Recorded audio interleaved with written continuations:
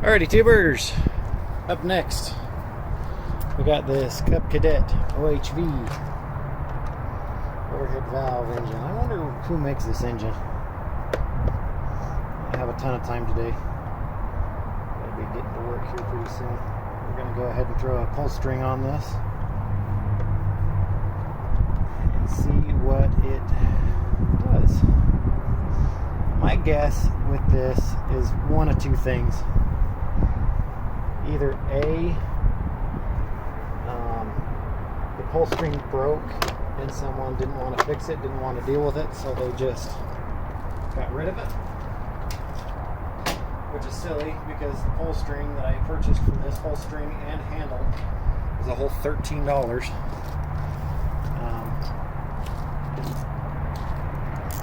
Or they pulled it out this season, put some fresh fuel in it, because the fuel smells pretty fresh. I'm sorry if there's any wind.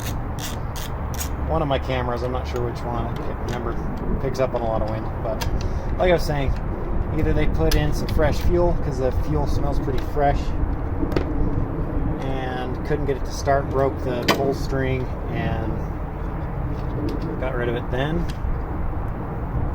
I think it's one of the two. So I'm just going to put those in the cup.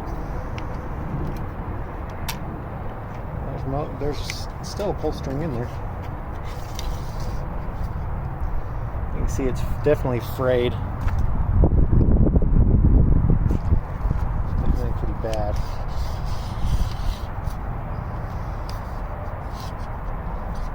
Go ahead and pull this string out here.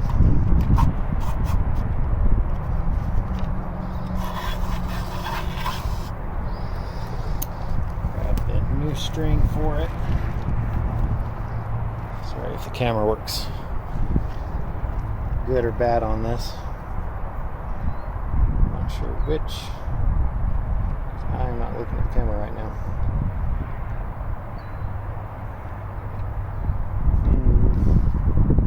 This is going to be a fun one. Give me a second.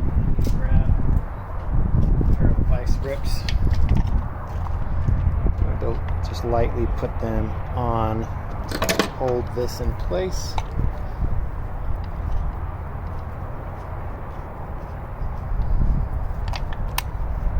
That's too lightly.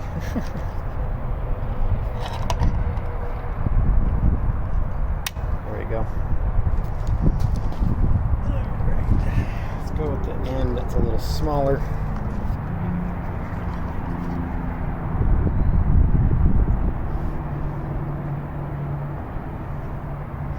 Kind of bend pull string and it'll kind of hold its shape. This is really not going to want to go in there.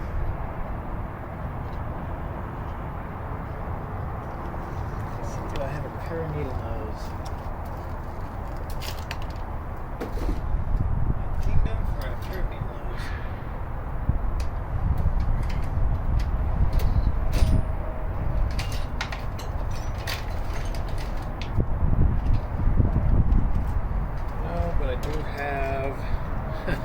As funny as it sounds, an electric tester. I'm going to go ahead and try to use it to push and pull this through. It's got a pokey in it. It's kind of the same thing as a pick.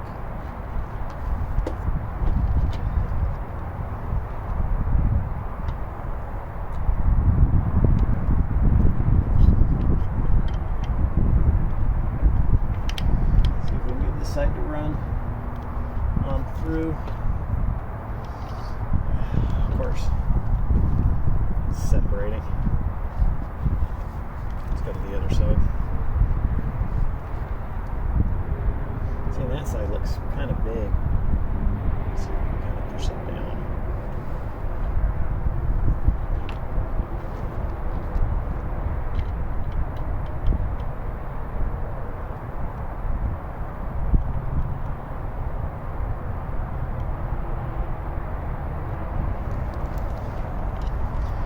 This is going to be a bugger.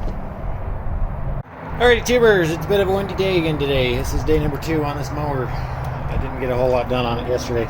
because I didn't have a whole lot. I got that tip that I was talking about in the last video. Most guys will cut it and burn it a little bit, and that's not gonna work. That just makes it really hard. You heat up the end pretty substantially, and right as it's cooling down, I twisted my fingers. Of course, I burned my fingers this time, so be careful.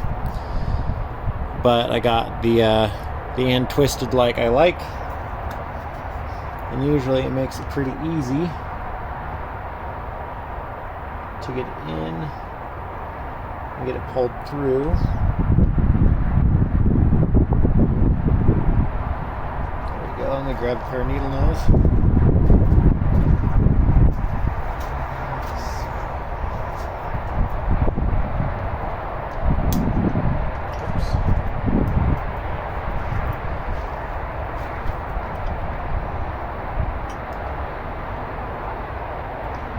The line they gave me was a little on the large side. Didn't need to be so thick. Let's see if we can use it anyways. Alrighty, tubers, as you can see here, we got the pole rope back on. It's a little longer than needs be, but not really, because we will be running it up to the handlebars up here. So I'm going to run it to the handlebars real quick. Should be just the right size, being able to run it up here.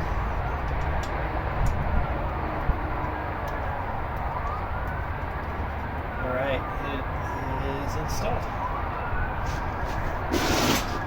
Well, let's see if she fires up. We don't have the cover on it, obviously. So we're going to go ahead and see if she starts. It does have a manual choke. Go ahead and pull that manual choke. You can see it there moving. Pull the switch over.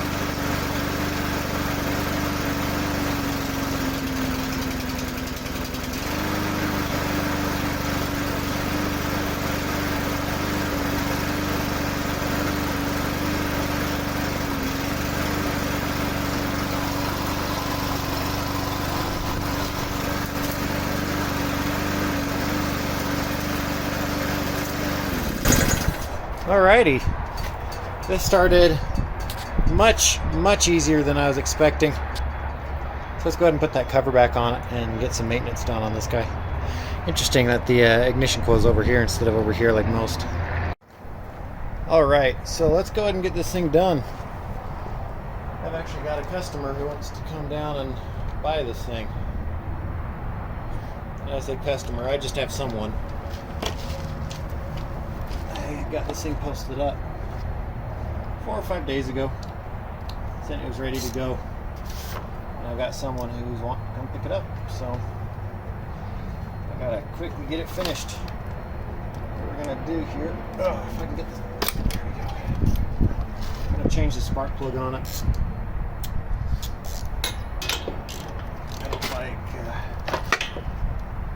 I don't like this brand of spark plug that's in this thing. They're known for failing. I've had them fail before and make it act like the engine has a lot of issues.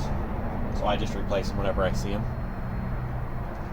What spark plug brand is that, you say?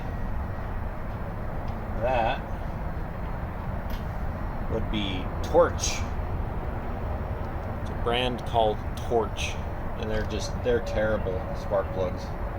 And so out with the old, in with the new. NGK spark plug number VPR6ES. That's the direct replacement for that same Torch spark plug.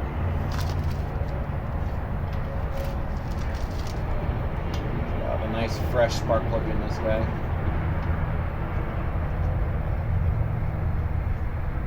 Should be nice.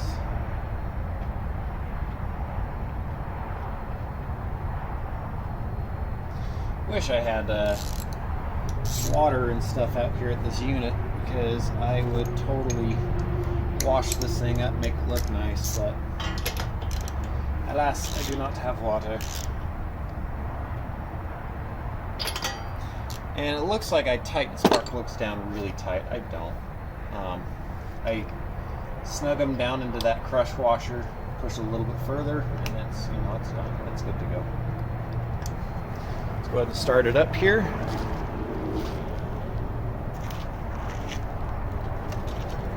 Make sure everything's working correctly. Pull the choke. Hold start.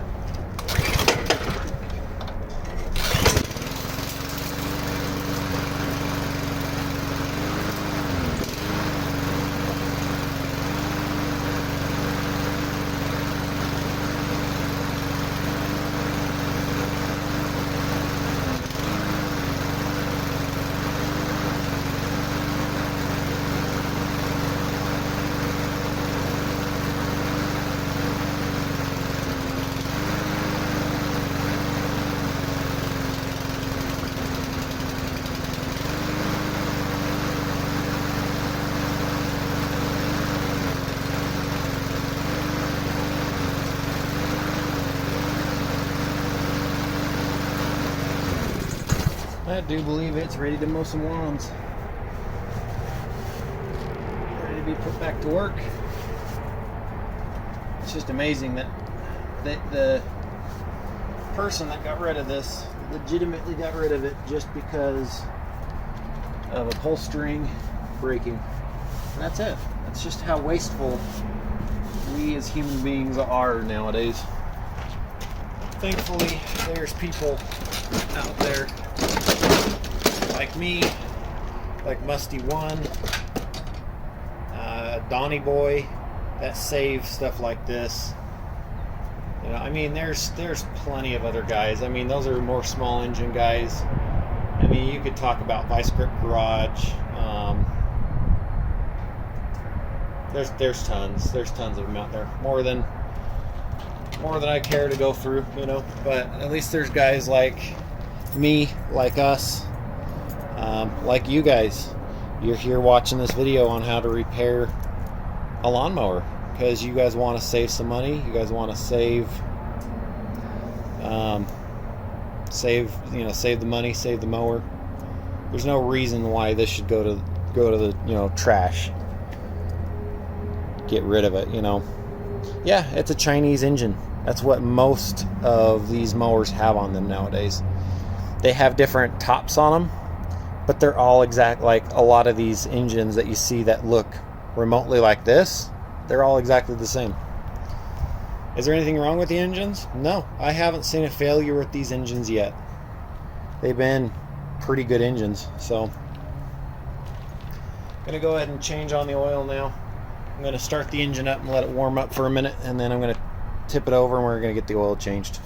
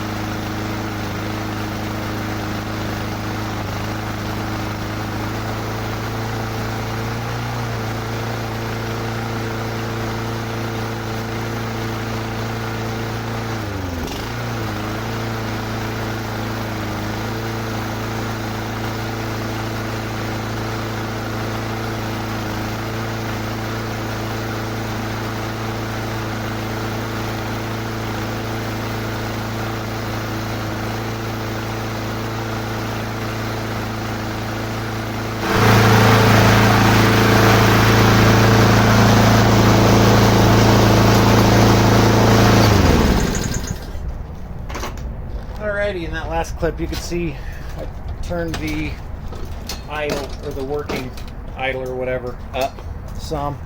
I don't like how low these mowers and most mowers sit as far as idles and stuff like that.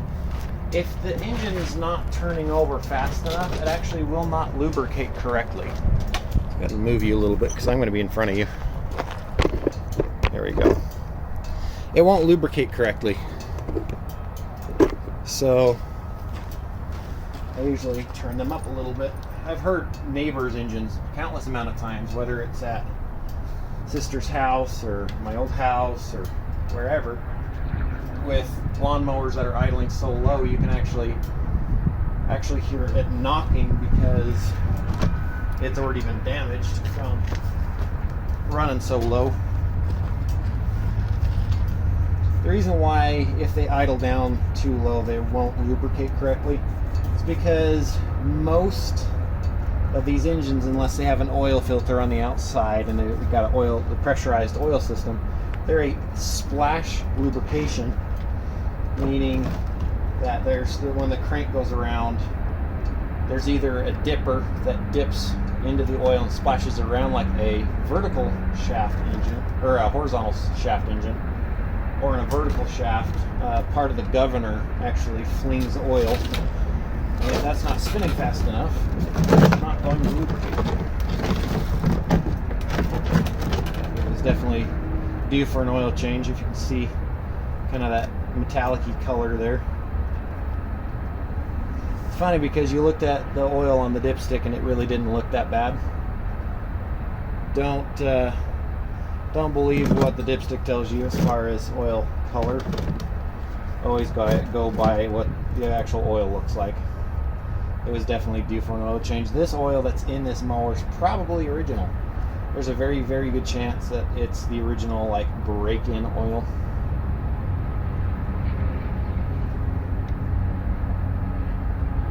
Or just the first oil that it ever got. I always make sure to start and run the engine for at least a couple of minutes to thin the oil out a little bit so it doesn't come out so thick, so it gets more oil out of the crankcase. And it is safe to tip an engine over like this as long as the carburetor and air filter are pointed up.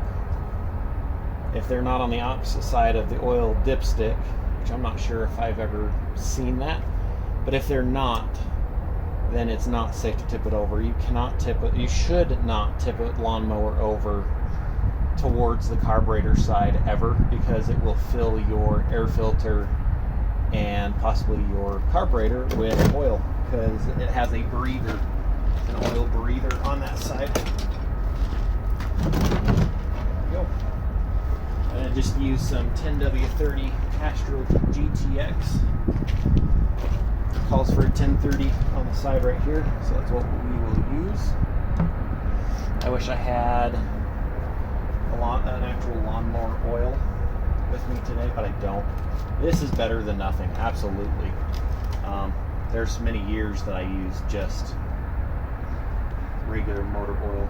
The only problem is with this stuff is usually this motor oil is designed to run in a water-cooled, and it doesn't reach the temperatures that an air-cooled engine does. But like I said, it's still much, much better than what the oil it had in there. Let's see. More.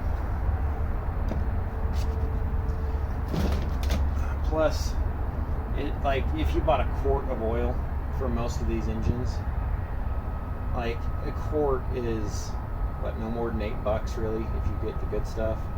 $6-ish if you get the cheap stuff. Like, it's cheap to know doing oil changes is what I'm getting at here.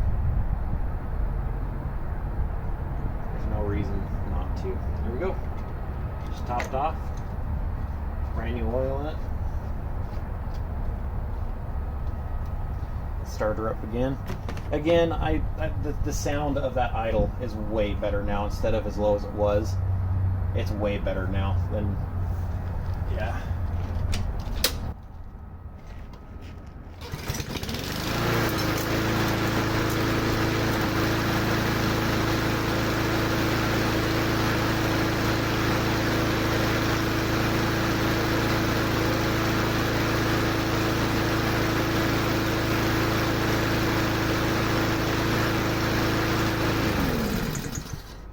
Well, guys, I'm gonna call it there. This guy is a success. It has been finished. Oil's changed, new spark plug. Let's take you off the stand here. We'll do a quick. All right, let's do a quick walk around of this guy. Here's your engine tag, made in China. Really nothing wrong with that. I think another reason why the idles are a little lower on these is to get them to be a little cleaner. I know that's what they do as far as the carb compliant stuff for California. It is ready to go. I'm pretty happy with this one. That was an easy fix. The air filter is clean. It's got the bagger on it still. Tires are in great shape. Self-propelled works. I really like that manual choke. That is a really great feature. I wish more mowers had a manual choke like this. I don't like the automatic stuff. But yeah, we're done. That wraps that up for this guy. See, there's some more info for you guys. There you go. I know a lot of guys ask for those type of tags, engine tag and deck tag, because you know later on you might have somebody needing that information and their engine or deck does not have the info on it anymore. Well, that wraps it up, guys. Well, here's one more thing. This is something they're doing on new mowers. Look closely. That's not 6.75 horsepower. A lot of people still think it's horsepower when they look at it, go, oh dang, that's a 6 horse. That'll be perfect for my yard. 6.75 foot-pounds, 173 cc's. That is probably a 4.5, 5 horse engine. It's kind of interesting that they're doing that. But alrighty, tubers. I hope you have a good one. Hope you enjoyed. I'll see you next time. Bye.